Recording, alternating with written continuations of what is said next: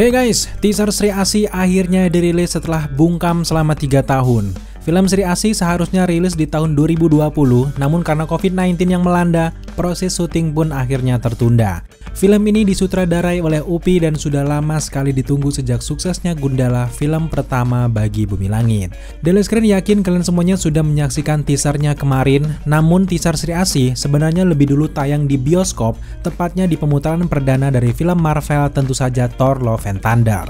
Harus kita akui kalau strategi marketing Bumi Langit ini sangat luar biasa menurut kita, karena sejak Gundala sampai ke Sri Asih ini, mereka ini pinter banget untuk nebeng ke film-film Marvel Studio yang banyak peminatnya. Seperti dulu Gundala bisa sukses besar juga tidak terlepas dari sedang hype-nya Avenger Endgame pada kala itu.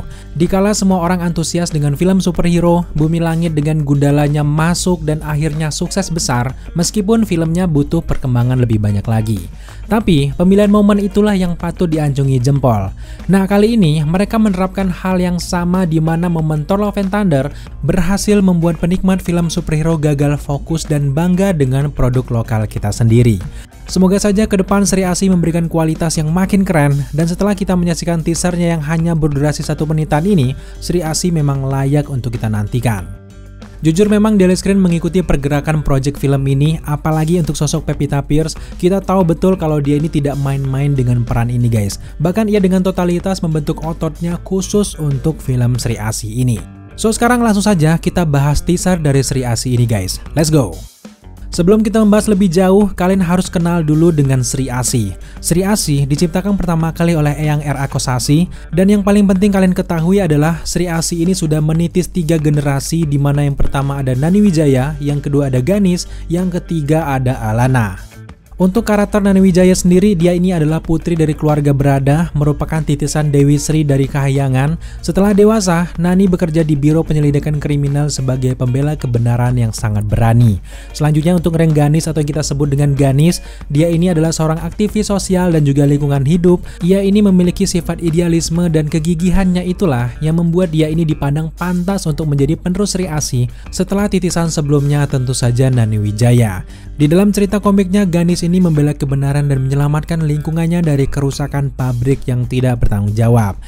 Selanjutnya yang terakhir ada Alana yang hidup di masa kita sekarang dan dia bisa melihat hantu atau lelembut.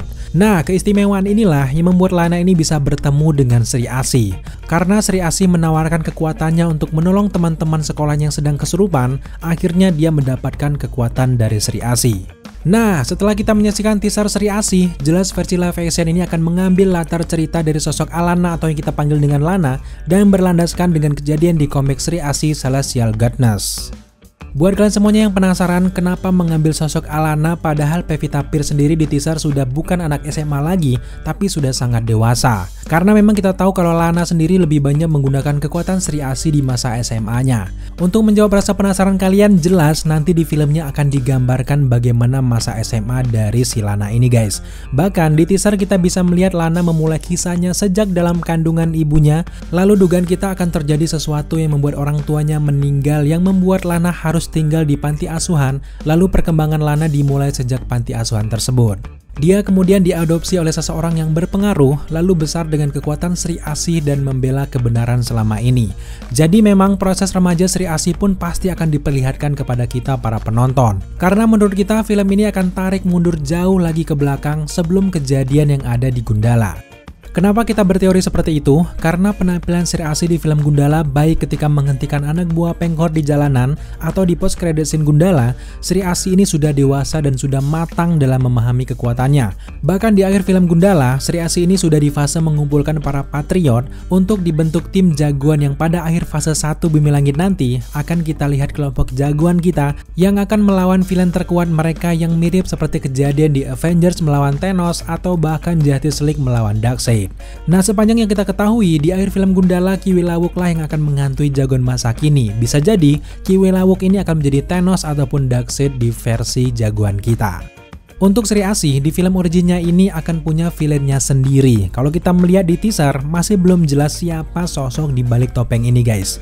Namun, ada banyak sekali teori yang berseliweran di antara pencinta jagoan lokal kalau sosok di balik topeng ini adalah Dr. Setan. Berdasarkan di situs Bumi Langit, Dr. Setan ini sebenarnya villain untuk Gotham.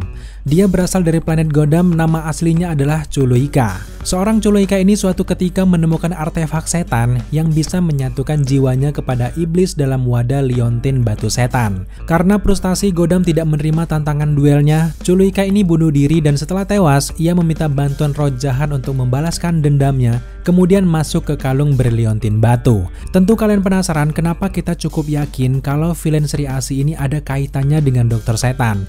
Karena liontin yang dipakai villain ini mirip sekali dengan liontin yang dipakai Dr. Setan kalau di dalam komiknya.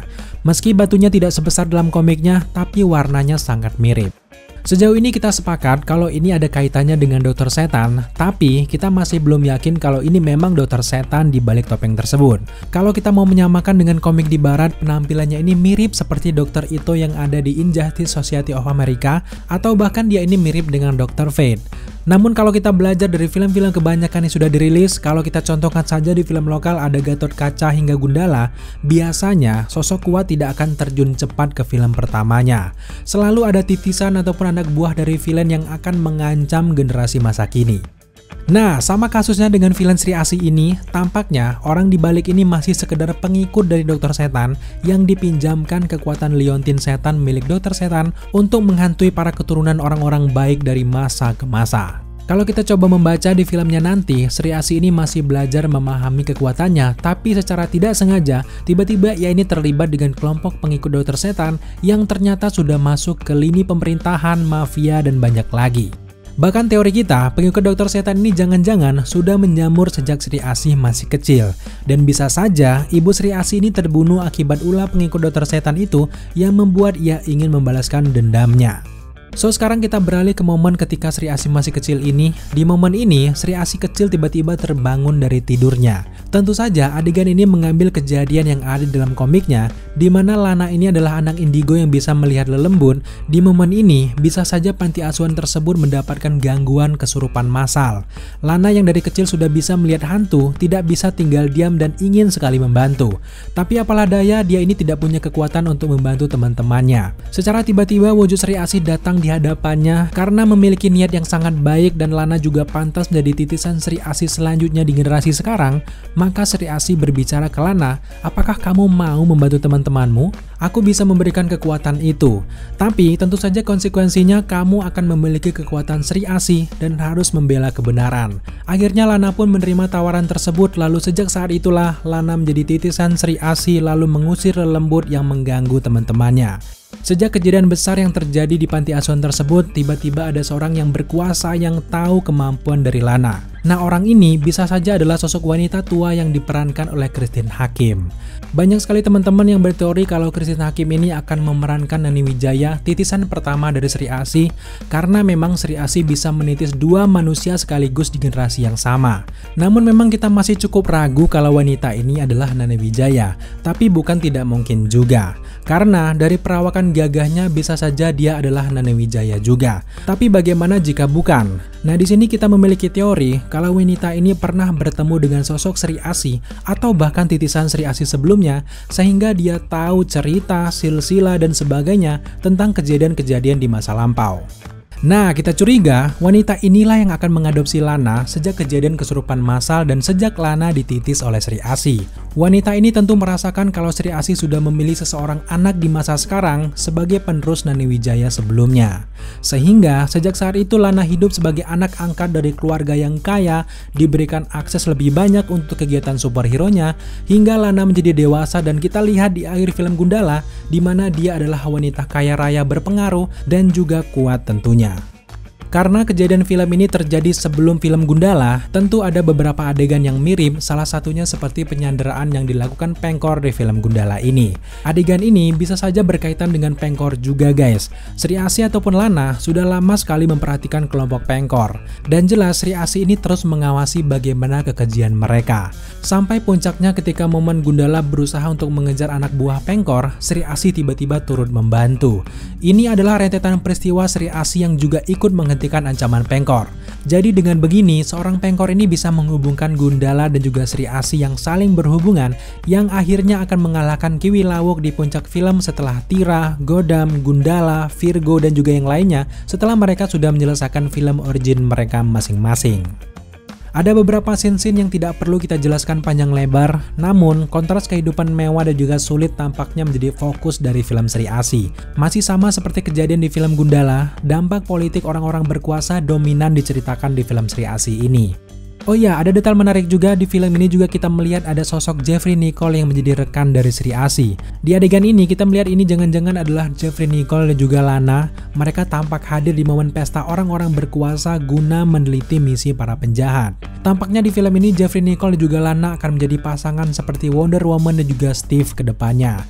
Tapi memang ada rumor kalau Jeffrey Nicole ke depannya juga akan menjadi jagoan. Dia akan menjadi jagoan yang bernama Kalong. Jika benar Jeffrey Nicole akan menjadi Kalong, maka selipan ini juga menjadi modal bagi sosok Kalong untuk terhubung dengan jagoan lain yang pada akhirnya akan dibuatkan film solonya juga. Sri Asih kalau di barat ini lebih seperti kisah Wonder Woman yang akan terhubung ke film-film dari DC lainnya. Tentu Sri Asih juga akan terhubung ke film-film Bumi Langit ke depannya. Secara keseluruhan, itulah detail yang kita temukan dan juga teorikan dari teaser Sri Asih ini. Karena baru dalam format teaser, masih belum banyak yang bisa kita temukan guys. Mari kita bersabar untuk menunggu trailer perdananya yang akan segera dirilis. Tentu akan banyak easter egg dan juga detail lain yang kita temukan kalau trailernya sudah dirilis guys. Salah satunya seperti misteri dari Secret Villain Sri Asih, apakah Nani Wijaya hadir di film pertama Sri Asih, dan juga bagaimana nasib dari kedua orang tua dari Lana. Mari kita tunggu saja. Oke guys, terima kasih kalian sudah menyaksikan video breakdown singkat kita untuk teaser dari Sri Asih. Kedepan jika ada yang menarik kita temukan, akan segera kita sampaikan ke kalian semuanya. Buat kalian yang menemukan detail dan juga punya teori yang menarik juga, jangan segan-segan sampaikan pendapat kalian di kolom komentar di bawah. Jika kalian suka dengan konten seperti ini, jangan lupa dukung kita dengan cara subscribe, like, komen, dan share. Serta jangan lupa juga untuk nyalakan notifikasi agar kalian mengetahui apabila kita mengupload video setiap harinya.